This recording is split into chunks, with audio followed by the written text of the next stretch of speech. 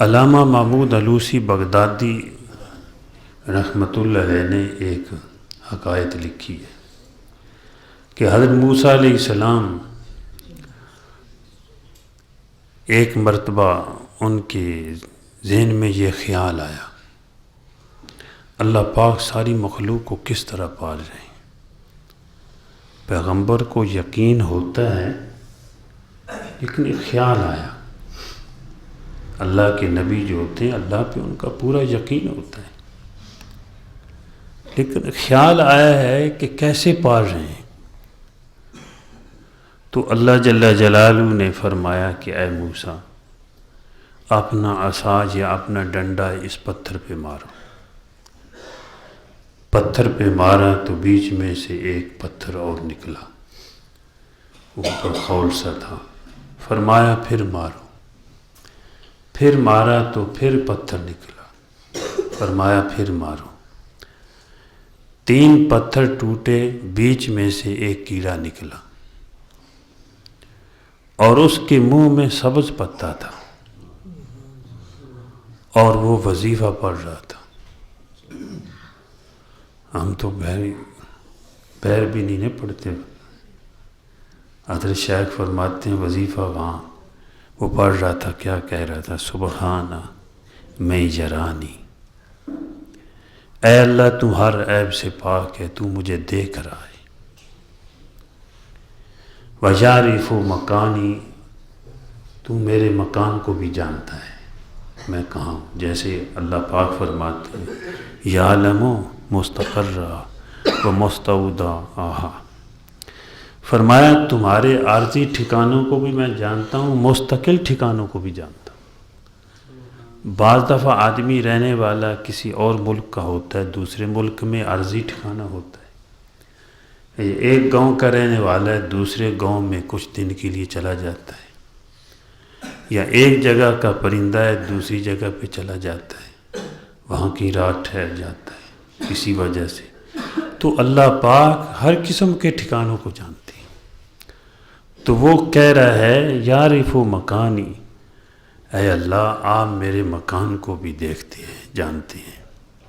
یسمع کلامی، آپ میرے کلام کو سن رہے ہیں۔ یذکرنی، آپ مجھے ہمیشہ یاد رکھتے ہیں۔ لا ینسانی، آپ مجھے بھولتے ہی نہیں۔ یہ کیڑا جو ہے وہ جس کے منہ میں سبز پتا تھا، یہ اللہ کی اس طرح پاکی بیان کر رہے ہیں۔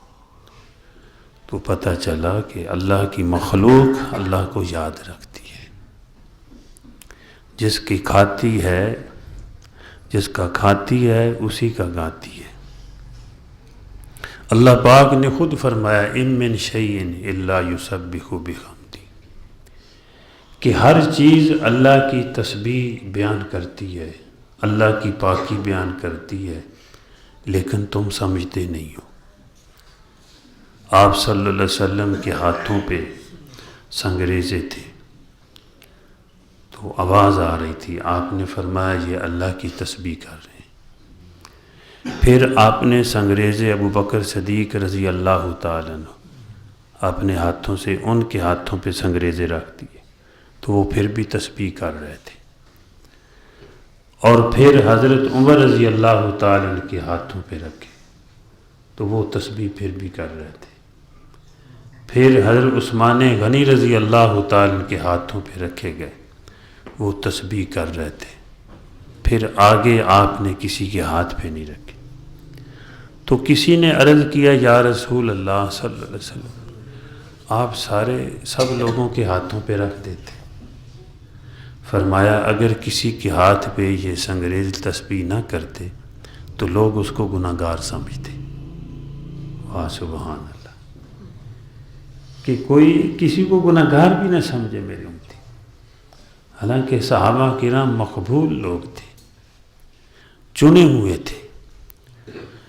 یعنی اللہ کے پاک نبی صلی اللہ علیہ وسلم نے ارشاد فرمایا کہ ساری مخلوق میں سے، سارے قبیلوں میں سے میرے قبیلے کو چنا گیا، بنو ہاشم کو، اور ان میں سے مجھے چنا گیا۔ اور فرمایا پھر میرے لیے میرے صحابہ کو اللہ پاک نے چنا، اور صحابہ کرام رضی اللہ تعالی عنہم اجمعین وہ شخصیات ہیں کہ اسلام کے درمیان میں پہلے واسطہ وہ ہیں۔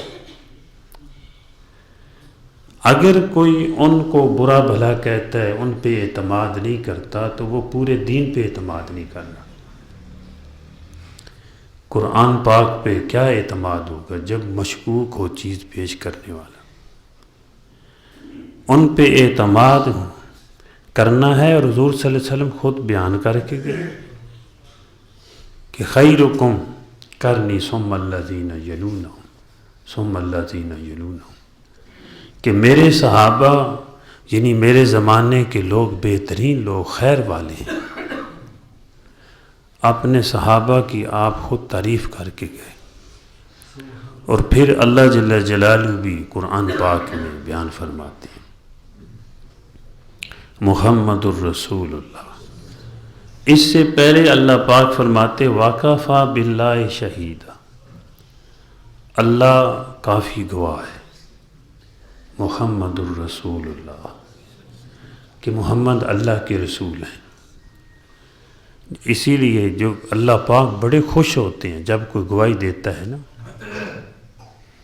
وضو کر کے کلمہ پڑھا اشہد اللہ الہ الا اللہ وحدہ لا شریک لہ واشہد ان محمدا عبدہ ورسولہ، تو جب اللہ کی وحدانیت کی انسان گواہی دیتا ہے، حضور صلی اللہ علیہ وسلم کی عبدیت اور آپ کی رسالت کی گواہی دیتا ہے، تو اللہ جل جلالہ اتنے خوش ہوتے ہیں کہ حضور صلی اللہ علیہ وسلم نے ارشاد فرمایا کہ اللہ پاک جنت کے 8 دروازے اس کے لیے کھول دیتے ہیں، اتنے خوش ہوتے ہیں۔